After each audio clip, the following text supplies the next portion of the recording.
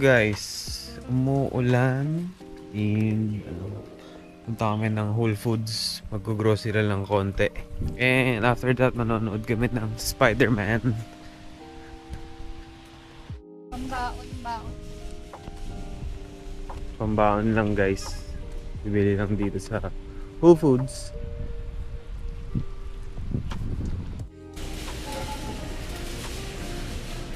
So ito na guys, dito na tayo sa Whole Foods.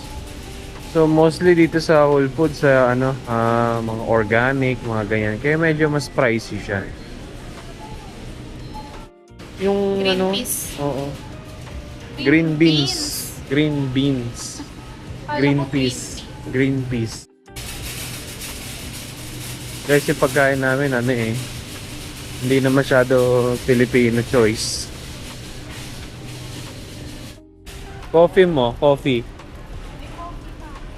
So guys, punta na kami dun sa may sa may section na mga prepared food. Pambaon. Alright, take care. Yan na. Dito. Prepared meals. Okay na ako. Good for the week na to. Tingnan na namin kung ano pang mga meron dito.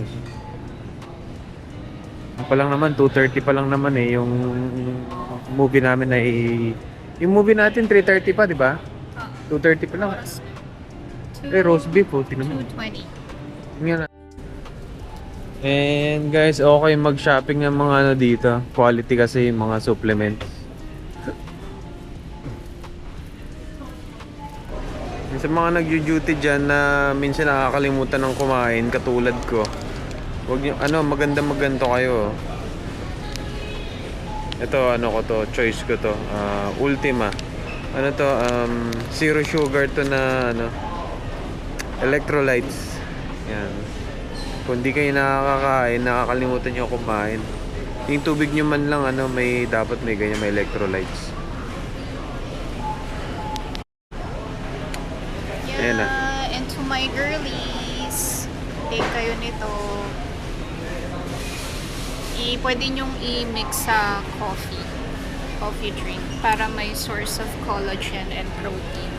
Pero yung akin unflavored.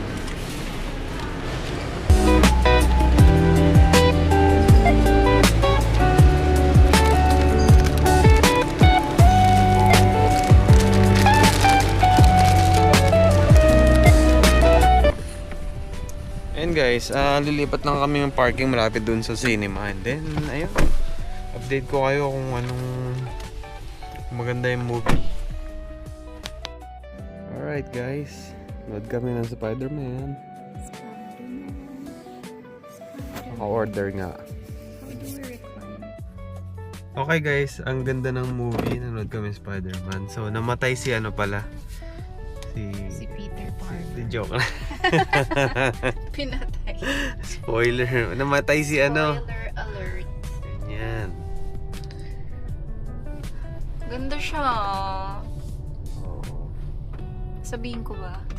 Nakakaiyak guys yung Nakakaiyak drama. siya. Parang Maricel Soriano. Umiiyak siya kanina guys. Grabe. Tsaka Gabby Concepcion. Parang ganun yung level ng drama. No? Ayan, buti guys, na-retrieve namin yung niya. Yung pinakamahal niyang Naiwan ko headgear. kahapon guys. Nag-pickleball kami. Basang-basa na siya.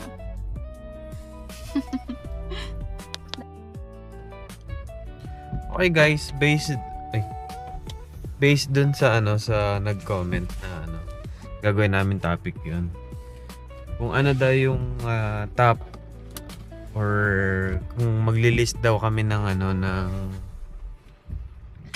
mga things na pwedeng ihanda or bring sa dito papunta sa US kung paalis ka pa lang from Philippines. Rainy day today. So kung babalik tayo sa Pilipinas na paalis pa lang tayo, what would you bring? Of course, damit. Mga basic. Essentials. Siyempre guys, kasama na dyan, huwag nyo kakalimutan yung ano nyo, yung mga mahalagang paperwork nyo. Yung PIDOS, yung ano pa ba yun? Yung packet. Yan. And pwede nyo nadalhin pala yung mga lahat ng papeles nyo, diploma, lahat yan, huwag nyo kakalimutan. Diba? Mga diploma, ganyan. Yung sa credentials nyo, nung college kayo, nung lahat, certifications nyo, dalhin nyo lahat yung mga yan.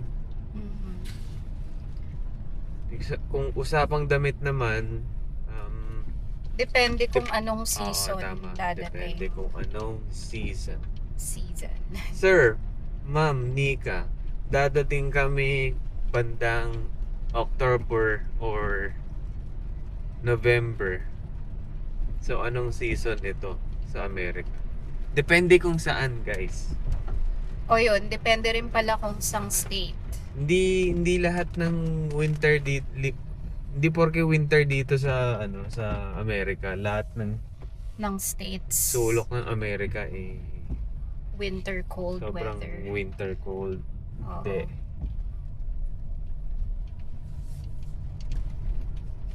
So, kung siguro sa mga southern states or sa Florida, west coast or Florida, kahit light sweater lang. Oo. Tapos siguro safe na magdala siguro ng kahit isang puffer, just in case. Kasi sa South, guys, sabihin natin Georgia, North Carolina, South Carolina, Tennessee, Alabama, Alabama. Mississippi, yung mga yan, Florida. Pag December or winter time, enough na yung, siguro imagine niyo yung Pasko sa Tagaytay. Siguro ganong klaseng lamig yung nyo, Or expect Baguio. nyo. Oo. Or Baguio. Yan, ganyan. It can get colder than that. Pero hindi naman kailangan mag-prepare kayo for yung parang Yung mga thick pang na makapal na puffer. snow, mga Yeah, ganun. yeah. No.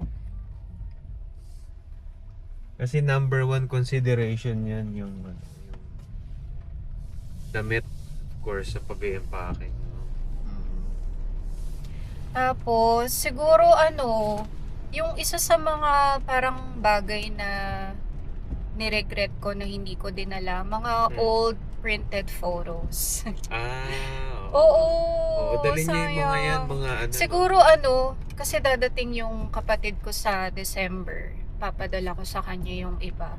Lalo yung mga studio pics. Kasi iniisip ko noon, dadalhin ko ba? Baka clutter lang to. Pero now parang hinahanap-hanap ko siya. Gusto ko meron akong mga old printed photos. Yun, kahit konti lang. Moragas o 3.10. And then, siguro, although may mabibili naman dito sa Amazon or sa Asian store o kung saan man kayo pupunta, tabo or yung travel bidet or portable bidet. Pero since babiyahe din kayo, siguro okay na magdala kayo ng tabo or ng travel bidet nyo para ready na, nandyan na siya. Hindi nyo na kailangang umorder pa sa Amazon or maghanap-hanap pa sa grocery store.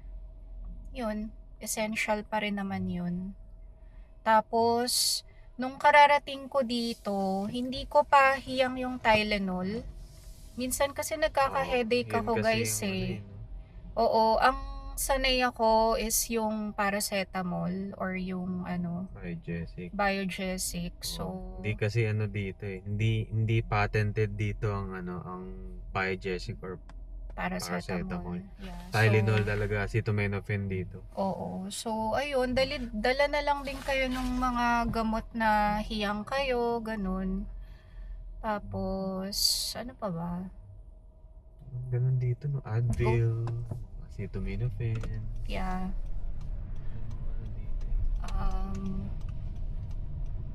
Ano ba?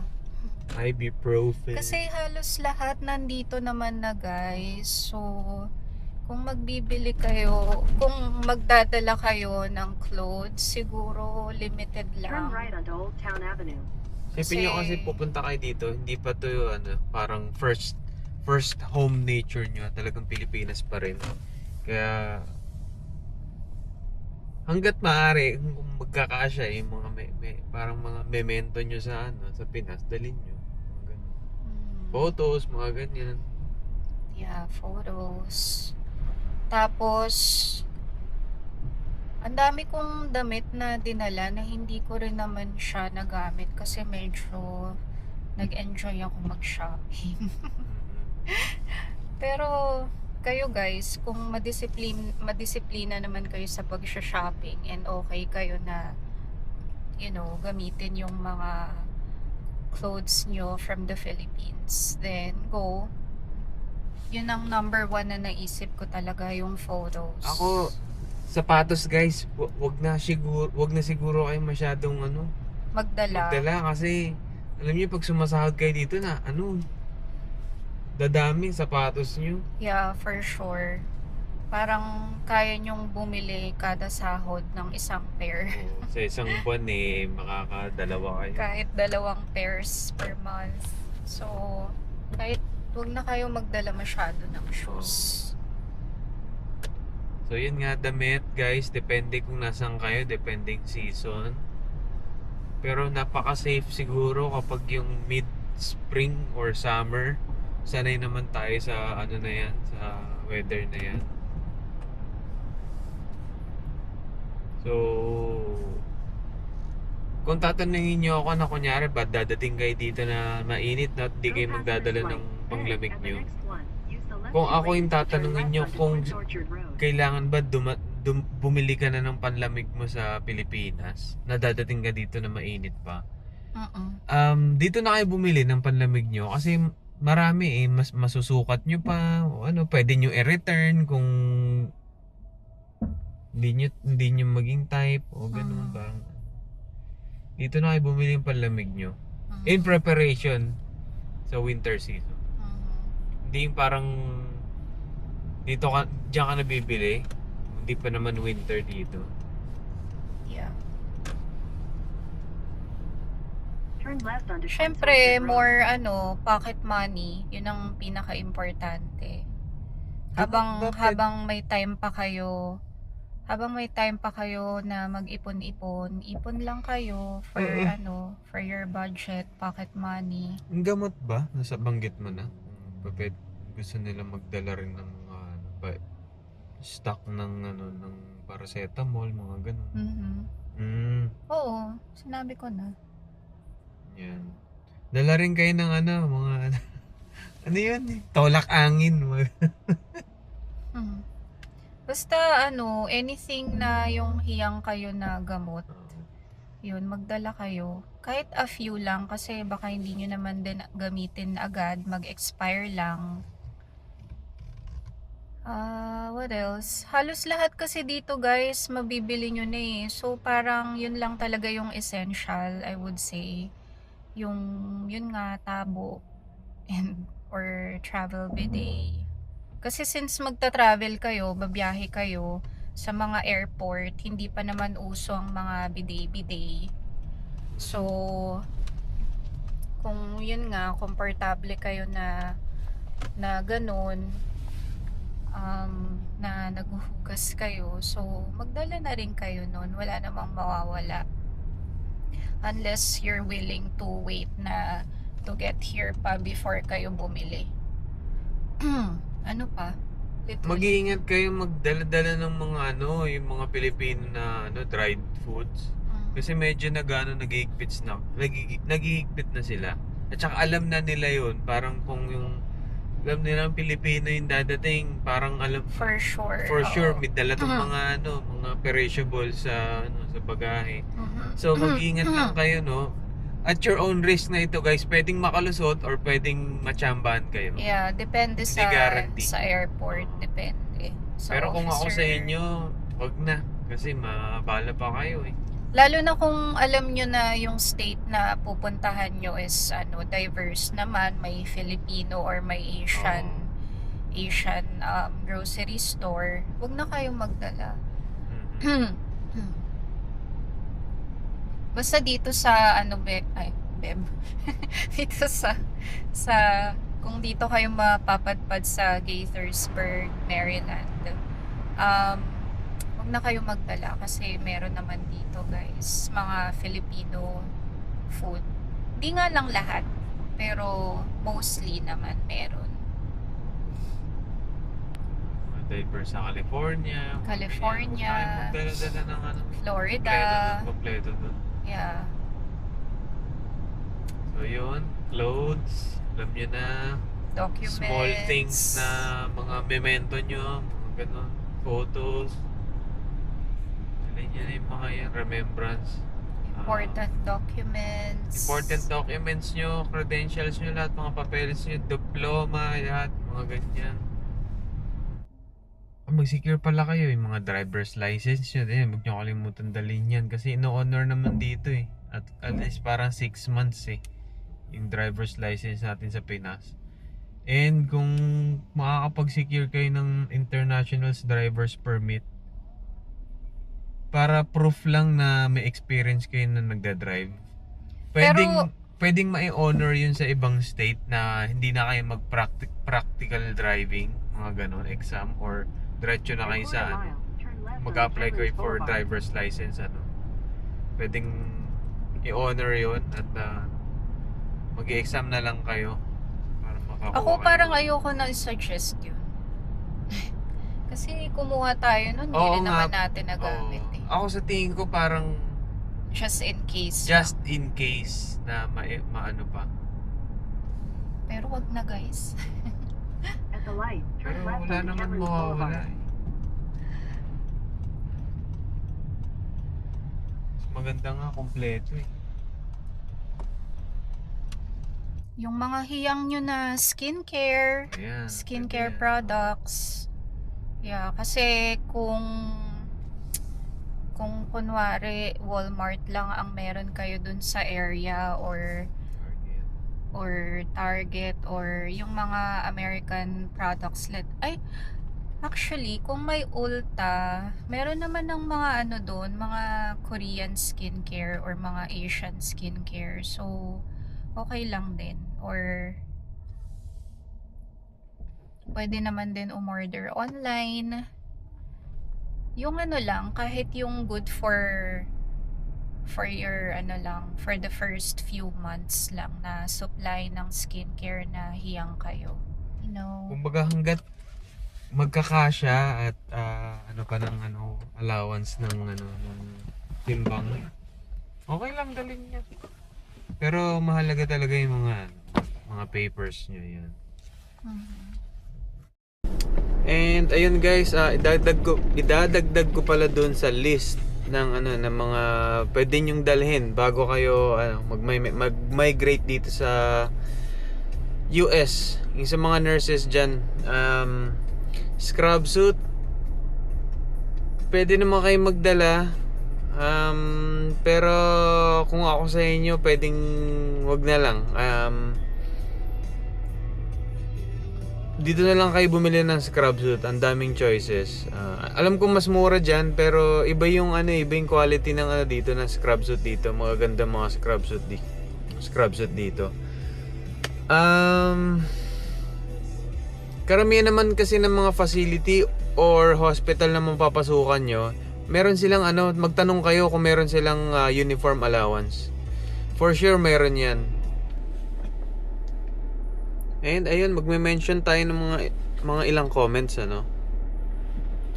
Sabi ni CC Valdez hello sa Children's Hospital of Philadelphia, King of Prussia po ako mapupunta. Okay po ba doon? Sabi nila it's close to New York, DC, Maryland, Virginia, Delaware. Baka lang may idea kayo. Wala po akong idea doon kasi hindi pa ako napapadpad ng ng Philadelphia at wala akong alam sa lugar na yon. Pero sigurado may mga Pinay community naman na Hanapin niyo lang siguro sa ano no, sa yung sikat na group page na Lefora sa ano, sa Facebook. Mag-post kayo doon and then mention niyo yung hospital na papasukan niyo kung may review sila. So yun ang ano masasuggest ko. Tapos ano, si Bruce Lee fan ano ulit, napapadayo ulit, watching here at Kentucky. Hello po sa inyo. And si ND Nurse Venice, first viewer from Washington. Hello po. Mention ka na lang si The Big. Isa ako sa mga sumusubaybay sa inyo na motivate ako sa pag-study for NCLEX. Yan po, igihan niyo po yung pag-study ng NCLEX. Pag napasa niyo po yun, the hardest part is done. Iba kung di siya yung ano, yung nag-suggest na gumawa tayo ng gantong topic. So, ayun.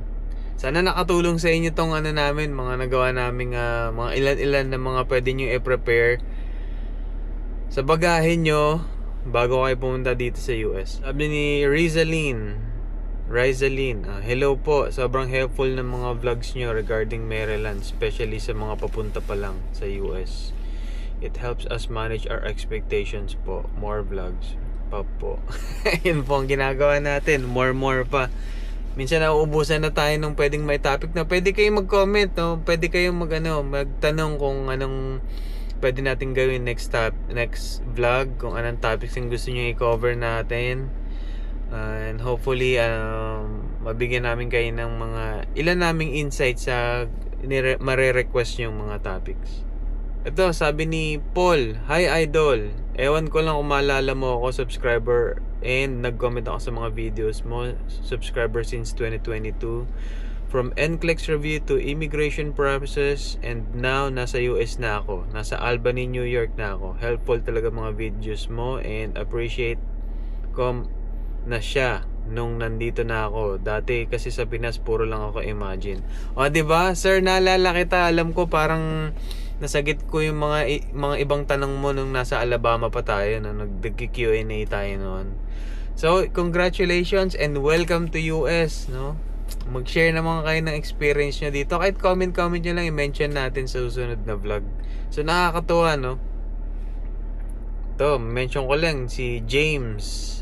Dito na ako sa San Francisco, sir. July 20 ako dumating. Uy, welcome! Welcome po sa United States. Yan. Si Desi RN, sabi niya, hi sir, pa-end na rin ang contract ko dito sa, ano ba to? Huntsville ba to? Alabama. And nagbabalik ako lumipat ng Maryland, hoping makahanap agad ng work before mag-end ng contract. So, planuhin nyo na ahead of time kung saan sa Maryland nyo gustong pumunta. Kung pa-end na yung contract nyo, I suggest kung talagang decidido na kayo na dito sa Maryland mag-scout ng ng mapapasukan or maa-applyan,